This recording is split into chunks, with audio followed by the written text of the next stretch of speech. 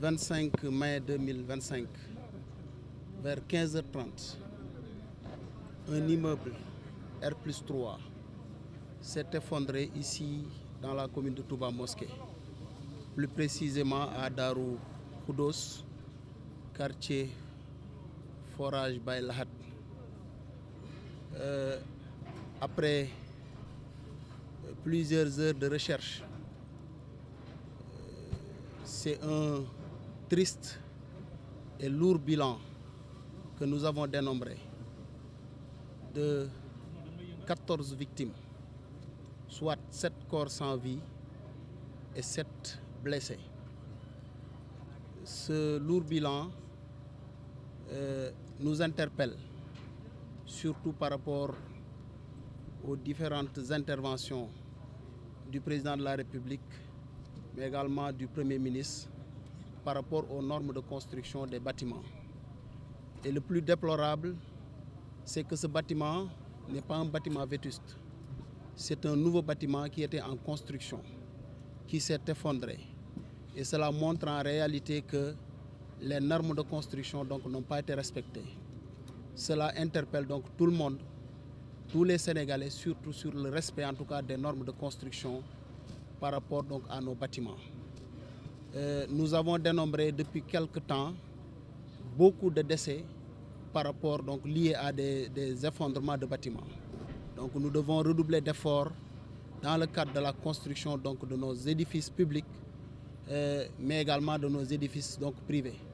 Ce qui fait en réalité, malheureusement, ces personnes-là ont été en tout cas évacuées, certains au niveau des hôpitaux de la commune de Touba Mosquée, certains sont au niveau de l'hôpital Cheikhoul Khadim, d'autres au niveau de l'hôpital Ndamatou et d'autres au niveau de l'hôpital Matlaboul Fawzeyni. C'est avec le cœur lourd, avec beaucoup de tristesse que je m'exprime aujourd'hui devant la presse pour annoncer ce bilan au niveau de l'effondrement de ce bâtiment au niveau de la commune de Touba Mosquée. Alors cela est naturellement de la responsabilité de la justice certainement qui fera son travail. Mais nous, en ce qui nous concerne, en tant qu'autorité administrative, en tant qu'également force de défense et de sécurité, nous avons fait ce que nous devrions faire. Je dois rappeler que ce bilan est un bilan provisoire, puisque nous ne maîtrisions pas le nombre de personnes qui étaient au niveau de ce chantier. C'était des ouvriers de différentes qualifications, à savoir des maçons, des plombiers, mais également des électriciens. Nous avons fait en tout cas de notre mieux pour sortir des décombres les personnes qui se trouvaient au niveau de ce bâtiment. Pour le reste, c'est la justice peut-être qui va se saisir de ce dossier pour faire le nécessaire.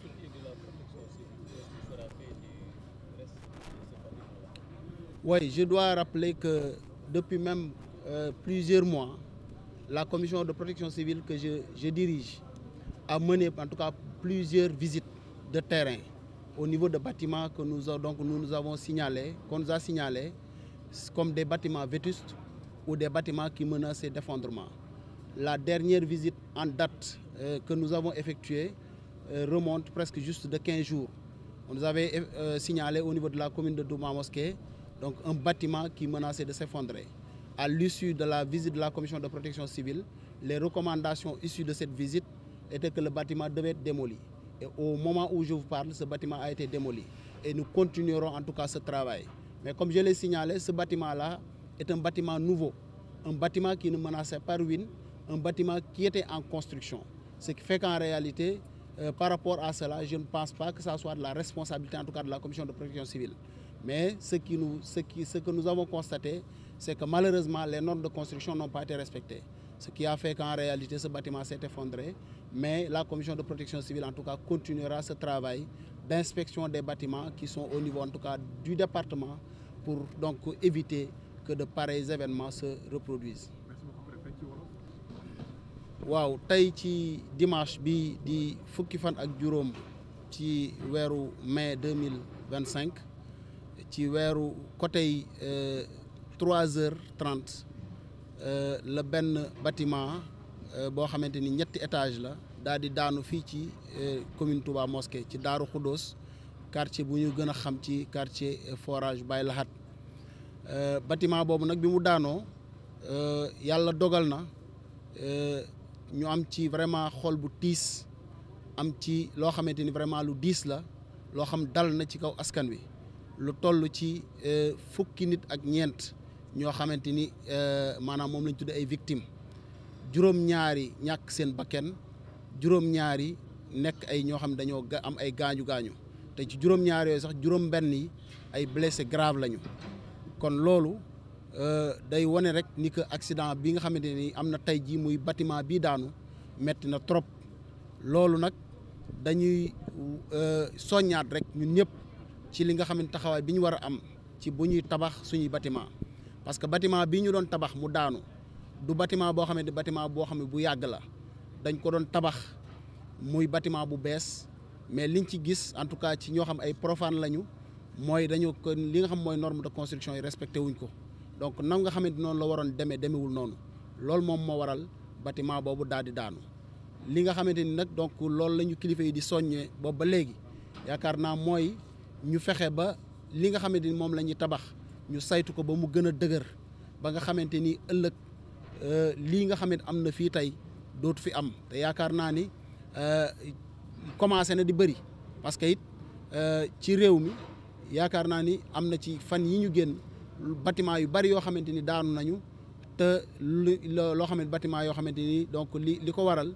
mooy bâtiment yooyu bâtiment yu baaxul lañu bâtiment yoo xamante ni yaakaar naa ni mu war a melu ni kon dañuy gën a soññaat rek suñu mbokku askan wi di leen wax ni que donc taxawaay bi nga xam moom la ñu war a am mooy bu ñuy tabax mu wóor ni am na sécurité ñu def ci li nga xamante ni mooy matukaay ak jumtukaay yi mu war ba la nga xamante ni moom mooy li ñuy tabax mën a mu nokk li mucc ayib kon loolu en tout cas ci dañuy ñaax bu baax a baax askan wi li jëm ci wàllu xañ na sécurité bâtiment yi aussi damay fàttali ni commission protection civile bi nga xam moom laa jiite yàgg na en tout cas di def ay inspection bâtiment mais surtout bâtiment yoo xam ne dañu wax ni kat bâtiment yii dañuy xool ni que mën na daanu ëllëg waaye li ñu gis tey du bâtiment boo xamante ni maanaam bâtiment boo xam ne da doon yàqu la mais loo xam ne da maanaam tabax ba nga xam moom la ñu war a tabax méngoowul ak ni nga xam xañ na moom loolu noonu la war a demee loolu moo tax xañ na bâtiment bi daanu te it loolu yaakaar naa ne xañ na ñi nga xamante ni war nañ cee def liñ ci war a def muy justice bu soobee yàlla dina ci def en tout cas taxawaay bi nga xam moom la ci war a taxaw ba ñu situer responsabilité yi.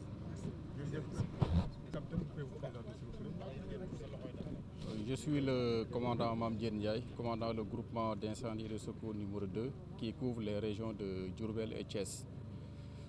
Donc aujourd'hui à 15h exactement 23 minutes, les secours de la compagnie de Touba ont été alertés pour l'affaissement d'un bâtiment R+3 en construction avec plusieurs victimes à l'intérieur.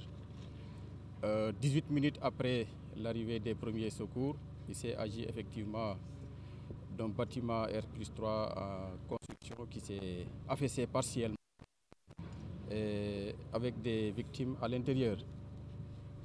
Donc après des heures de recherche et de sauvetage, donc nous avons pu sauver 7 victimes, c'est-à-dire 7 blessés, dont un léger. Malheureusement, nous déplorons 7 décès, c'est-à-dire des corps sans vie.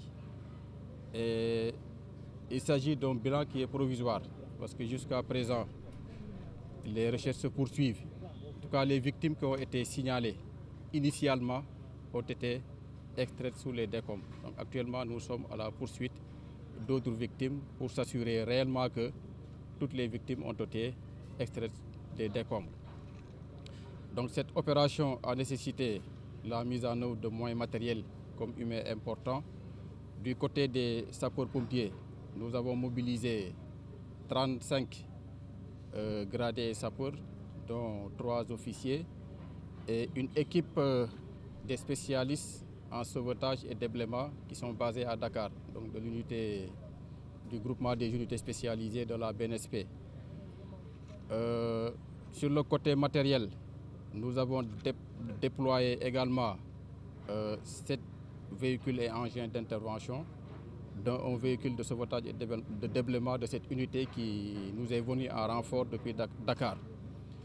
Aux côtés des sapeurs-pompiers également, nous avons eu des moyens du SAMU national. Donc ils ont mobilisé 2 ambulances. Nous avons également la présence à nos côtés des moyens lourds de la mairie de Touba, de Touba Ca Kanam et d'autres entreprises de la localité telles que une entreprise chinoise.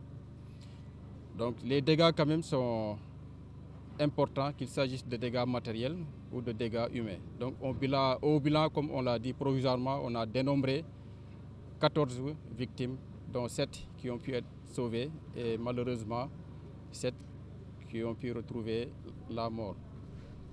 Donc voilà grosso modo là où nous en sommes pour le moment. Donc les opérations de recherche se poursuivent.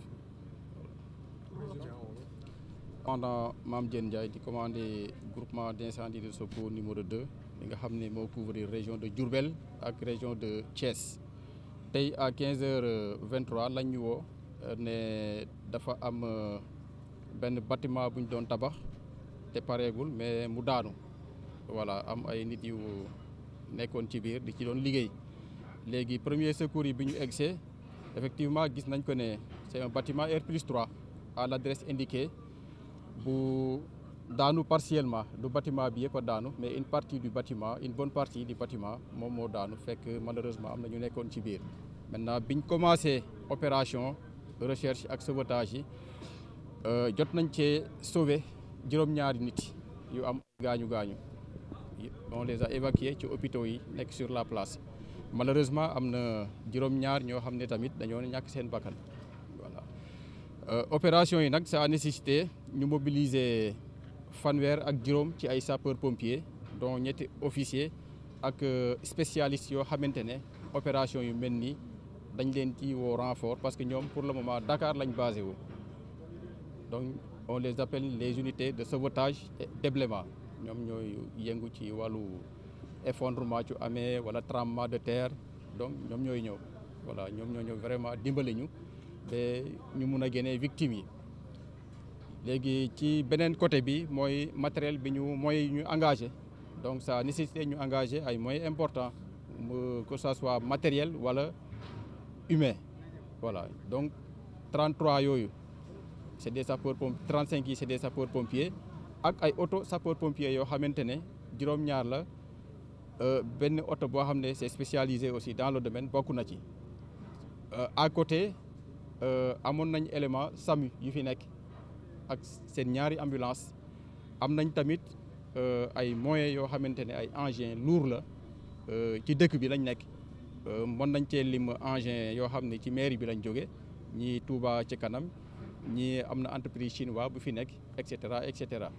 Donc globalement lii mooy bilan bi provisoirement fi mu nekk nii jeexagul mais biñ ñëwee daal liñ ñu waxoon ne comme ay nit nekkoon na ci biir génnee nañ yëpp mais pour être plus sûr que amatul dara dañuy gën a continuer opération yi voilà merci jërëjëf